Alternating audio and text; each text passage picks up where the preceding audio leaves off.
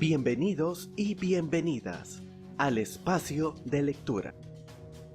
Hoy vamos a leer Las Crónicas de Narnia, el sobrino del mago.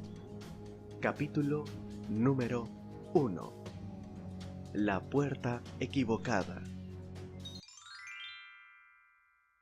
Este es el relato de algo que sucedió hace mucho tiempo, cuando tu abuelo era un niño. Es una historia muy importante, porque muestra cómo empezaron todas las idas y venidas entre nuestro mundo y el de Narnia. En aquellos tiempos, Sherlock Holmes vivía aún en la calle Baker, y los Bastable buscaban tesoros en la Wellisham Road. En aquellos tiempos, los niños tenían que llevar un rígido cuello almidonado a diario, y las escuelas eran por lo general más desagradables que hoy en día. Aunque las comidas eran mejores, y en cuanto a los dulces, no quiero ni contarte lo baratos y deliciosos que eran, porque solo conseguiría que se te hiciera la boca agua en vano. Y en esa época, vivía en Londres una niña llamada Polly Plummer. La niña vivía en una de las viviendas que, pegadas unas con otras, formaban una larga hilera. Una mañana, mientras estaba en el jardín trasero de su casa, un niño se encaramó desde el jardín de al lado y sacó la cabeza por encima del muro. Polly se sorprendió mucho, porque hasta aquel momento no había habido niños en la casa contigua. Únicamente el señor Ketterley y la señorita Ketterley, que eran hermanos y solteros, algo mayores ya, y vivían juntos allí. Por ese motivo, la niña alzó la vista llena de curiosidad. El rostro del niño desconocido estaba mugriento, y no podría haber estado más sucio si el muchacho se hubiera restregado las manos en la tierra, y después se hubiera puesto a llorar, y a continuación se hubiera secado el rostro con las manos. A decir verdad, aquello era exactamente lo que había ocurrido. «Hola», saludó Polly. «Hola», respondió él. «¿Cómo te llamas?» «Polly», dijo ella. «¿Y tú?» «Diggory». «Vaya, qué nombre más gracioso», comentó Polly. «No es ni la mitad de gracioso que Polly», replicó él. «Sí, sí que lo es», dijo Polly. «No, no lo es», protestó Diggory. «Por lo menos yo me lavo la cara», dijo Polly. «¿Qué es lo que deberías hacer, especialmente después de...?» Y allí se detuvo. Había estado a punto de decir, después de haber lloriqueado, pero pensó que no resultaría muy educado. «Pues sí que lo he hecho. ¿Y qué?», repuso Diggory en voz muy alta. «Igual que un niño que se siente tan desgraciado que no le importa quién sepa que ha llorado. Y también tú llorarías», prosiguió, «si hubieras vivido toda tu vida en el campo y hubieras tenido un pony y un río al fondo del jardín, y de repente te hubieran traído a vivir a un agujero repugnante como este».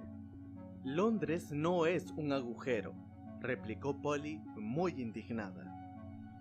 Pero el niño estaba demasiado exaltado para prestarle atención, y siguió hablando. «Y si tu padre estuviera en la India, y hubieras venido a vivir con tu tía y un tío que está loco, dime tú, ¿a quién le gustaría? Y si el motivo fuera que tienen que cuidar a tu madre, y tu madre estuviera enferma, y se fuera a morir». En aquel momento, su rostro se alteró totalmente, como sucede cuando intentas contener las lágrimas. «No lo sabía, lo siento», se disculpó Polly humildemente. Y a continuación, puesto que apenas sabía qué decir, y también para desviar los pensamientos de Diggory hacia temas más alegres, preguntó: ¿de verdad está loco el señor Ketterley? Bueno, o está loco, dijo Diggory, o algo raro pasa. Tiene un estudio en el desván y tía Letty dice que no debo subir jamás allí.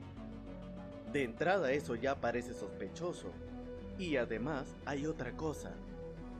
Siempre que intenta decirme algo a la hora de las comidas, porque jamás habla con mi tía, ella siempre lo hace callar, diciendo: no molestes al niño, Andrew.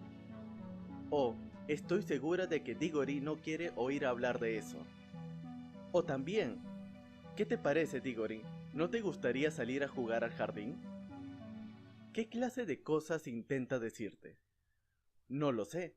Nunca llega a decirme nada. Y todavía hay más.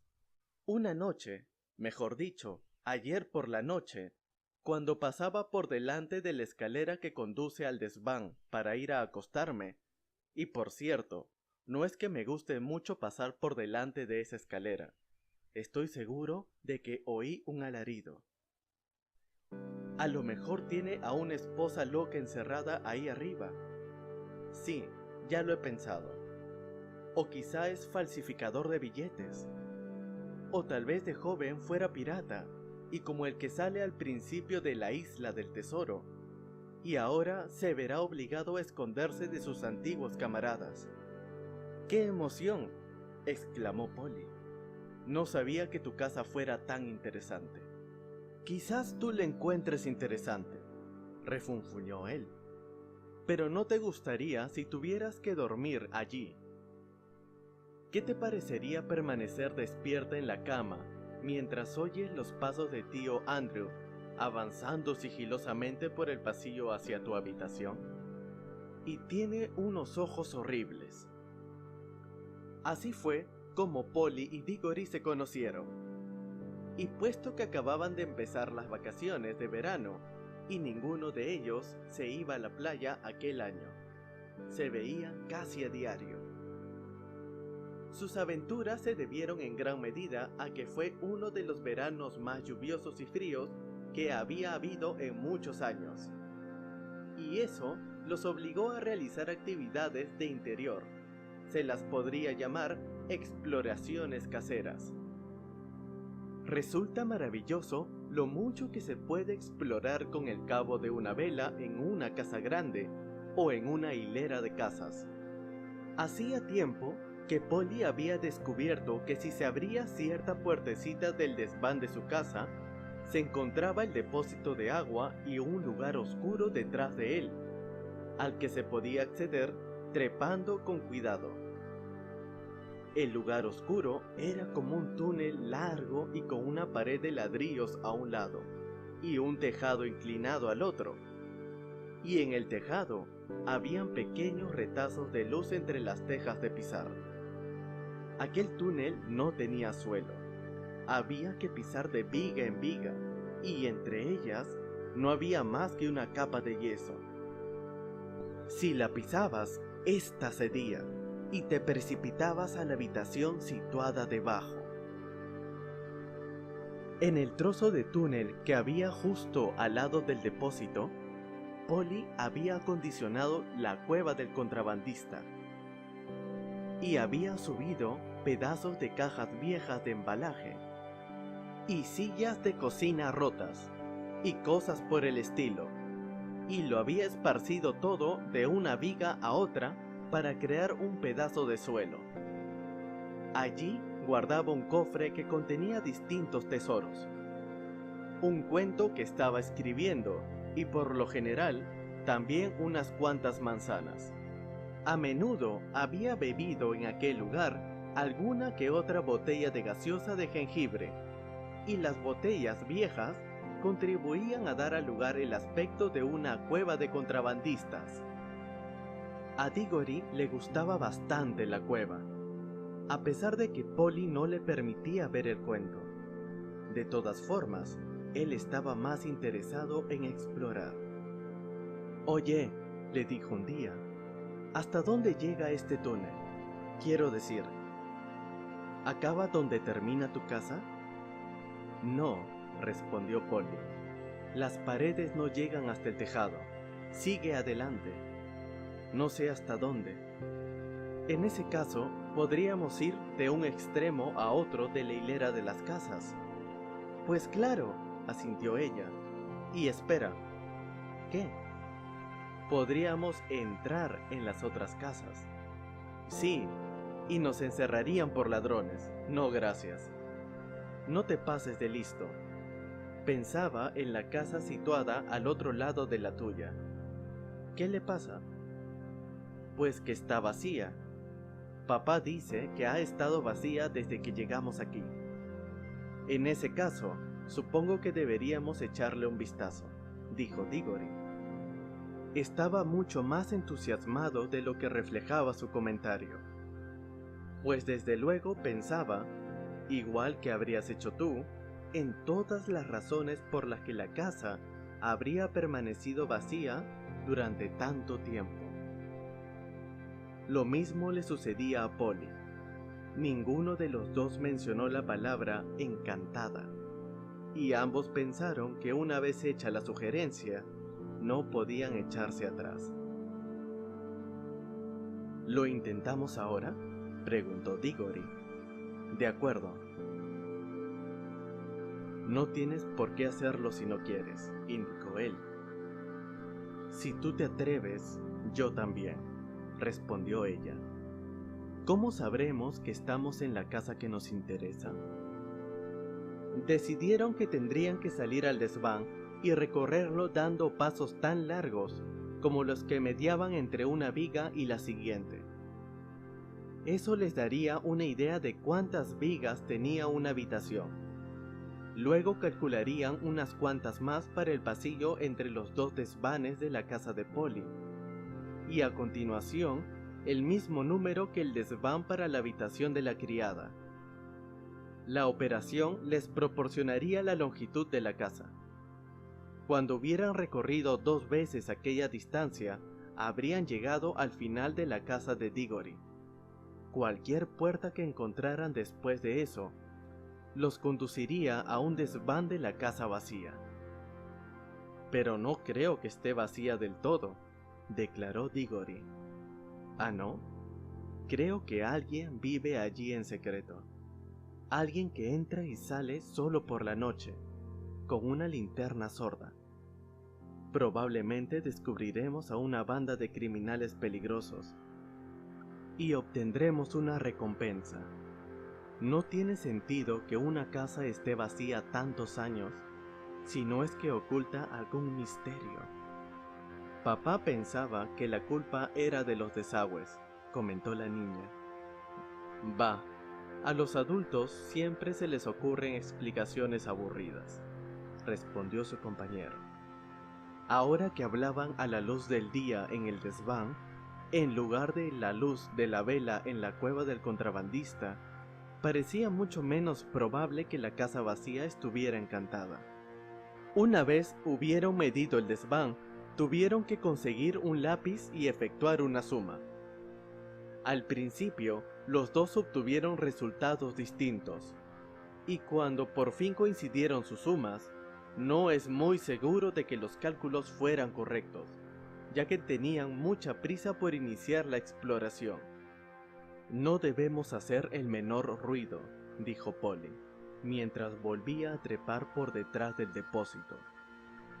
Debido a la importancia de la ocasión, tomaron una vela cada uno, pues Polly tenía una buena provisión de ellas en su cueva. El lugar estaba muy oscuro, polvoriento y surcado por numerosas corrientes de aire. Avanzaron de viga en viga sin decir una palabra, excepto cuando se susurraron el uno el otro. Ahora estamos frente a tu desván. Oh, sin duda hemos recorrido ya la mitad de nuestra casa. Por suerte, ninguno tropezó ni se apagaron las velas. Y por fin llegaron a un lugar donde se distinguía una puertecita en la pared de ladrillos de su derecha. Desde luego, no había ni cerrojo ni picaporte en aquel lado, pues la puerta había sido construida para entrar en el túnel, no para salir. Pero había un pestillo, como los que suele haber en la parte interior de las puertas de las alacenas, que estaban convencidos de poder abrir. ¿Lo hago?, preguntó Diggory. Si tú te atreves, yo también, contestó Polly, tal y como había dicho antes. Los dos se daban cuenta de que aquello iba cada vez más en serio, pero ninguno estaba dispuesto a retroceder. Diggory descorrió el pestillo con cierta dificultad. La puerta se abrió de par en par y la repentina luz del día los hizo parpadear. Entonces, con un gran sobresalto, descubrieron que contemplaban no un desván desierto, sino una habitación amueblada. Aunque era muy espaciosa, y en ella reinaba un silencio sepulcral. A Polly le empujó la curiosidad, y apagando de un soplo su vela, entró a la extraña estancia, tan sigilosa como un ratón. Desde luego, la habitación tenía la forma de un desván, pero estaba amueblada como una sala de estar.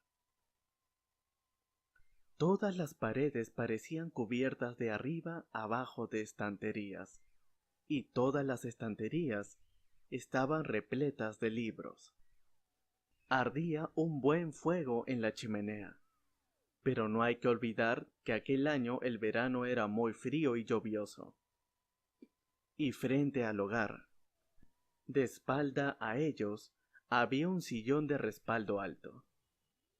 Entre el sillón y Polly, y ocupando casi toda la parte central de la habitación, había una mesa enorme llena de toda clase de cosas: libros, cuadernos en blanco, frascos de tinta, plumas, lacre y un microscopio. Sin embargo, en lo que la niña se fijó primero fue en una bandeja de madera de un rojo brillante que contenía unos anillos. Estaban dispuestos de dos en dos, uno amarillo y uno verde, después un espacio y luego otro amarillo junto a otro verde. No eran mayores que cualquier anillo corriente, pero resplandecían de tal modo que era imposible no verlos. Eran los objetos más hermosos y brillantes que uno pueda imaginar, y si Polly hubiera sido algo más pequeña, sin duda habría corrido a meterse uno en la boca.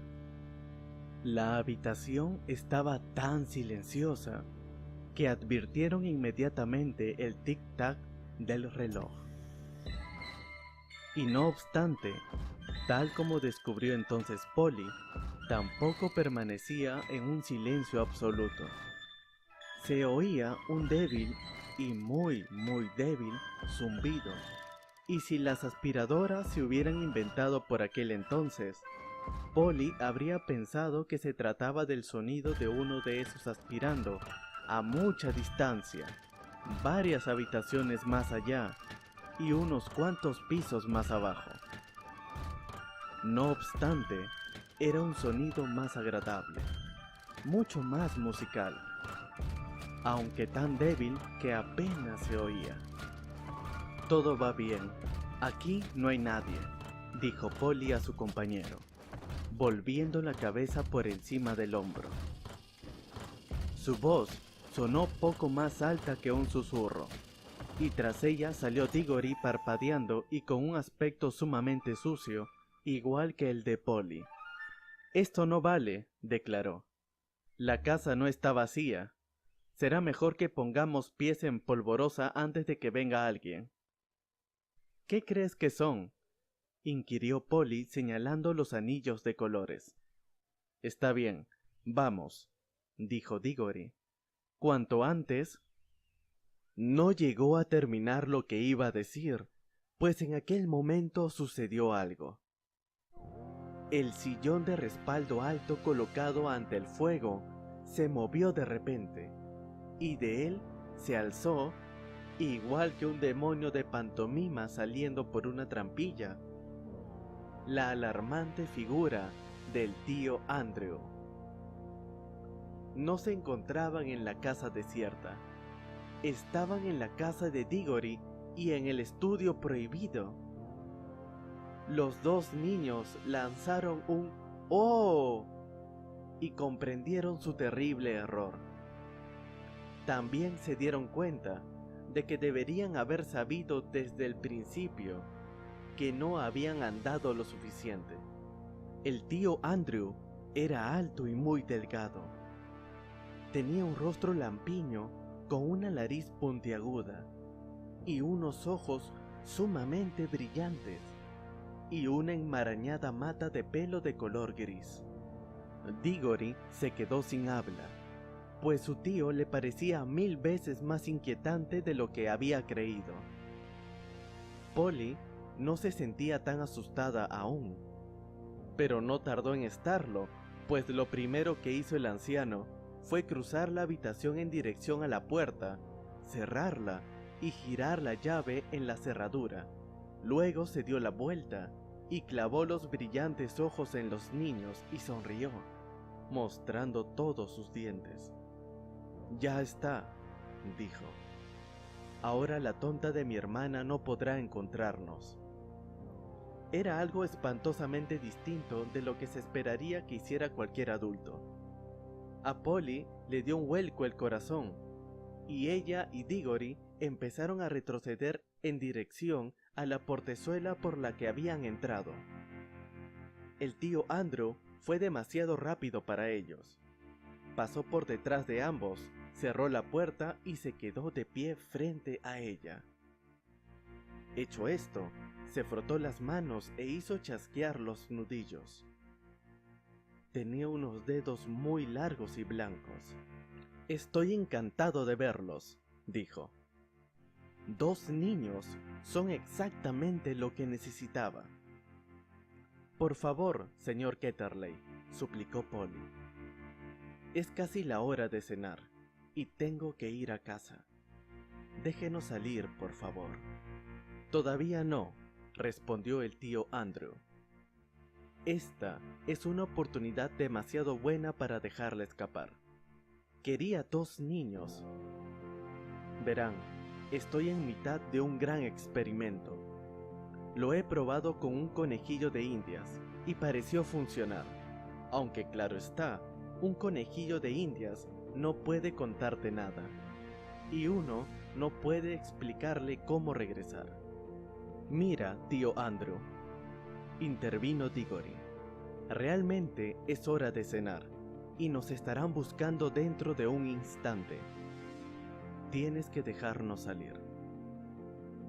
«¿Así?», preguntó el tío Andrew.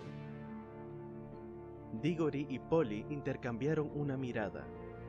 No se atrevieron a decir nada, pero sus miradas significaban «esto es horrible» y «tenemos que seguirle la corriente». «Si deja que nos marchemos a cenar ahora», dijo Polly, «podríamos regresar dentro de un rato». «Ya, pero ¿cómo sé que van a volver?», inquirió el tío Andrew con una astuta sonrisa, y a continuación pareció cambiar de idea. Bueno, si realmente tienen que marcharse, supongo que deben hacerlo. No puedo esperar que 2 jovencitos como ustedes encuentren muy divertido conversar con un vejestorio como yo. Suspiró y siguió diciendo: «No tienen ni idea de lo solo que me siento a veces. Pero no importa, ir a cenar, aunque debo darles un regalo antes de que se marchen. No todos los días entra una jovencita en mi deprimente y destartalado estudio. En especial, si se me permite decirlo, una joven dama tan atractiva como tú». Polly empezó a pensar que, después de todo, el anciano no estaba tan loco. «¿Te gustan los anillos, bonita? ¿Quieres uno?», Preguntó el tío Andrew a Polly. ¿Se refiere usted a uno de esos amarillos y verdes? Preguntó ella. Son preciosos. Los verdes no, advirtió el tío Andrew. Me temo que no puedo regalar los de color verde. Sin embargo, me encantaría darte uno de los amarillos, con todo mi cariño. Ven y pruébate uno. Polly ya casi había superado su miedo y estaba segura de que el anciano caballero no estaba loco. Y desde luego, existía algo extrañamente atractivo en aquellos brillantes anillos. Se acercó a la bandeja. «Vaya», dijo, «aquí se oye más el zumbido. Es casi como si lo produjeran los anillos». «¡Qué idea tan ridícula, chiquilla!», respondió el tío Andrew con una carcajada. Sonó como una carcajada muy natural, pero Diggory había visto una expresión ansiosa, casi codiciosa en su rostro. «Polly, no seas tonta», gritó. «No los toques». Demasiado tarde. Exactamente mientras lo decía, la mano de la niña fue a tocar uno de los anillos, y al instante, sin un centelleo, ni un ruido ni la menor advertencia, Polly desapareció. Diggory y su tío estaban solos en la habitación. Muchas gracias por escuchar el capítulo, y si te gustó, no olvides seguirnos en nuestras redes sociales, Facebook, Twitter e Instagram. Y sobre todo, no olvides suscribirte al canal y activar la campanita de notificaciones. Nos vemos en el capítulo número 2, Diggory y su tío.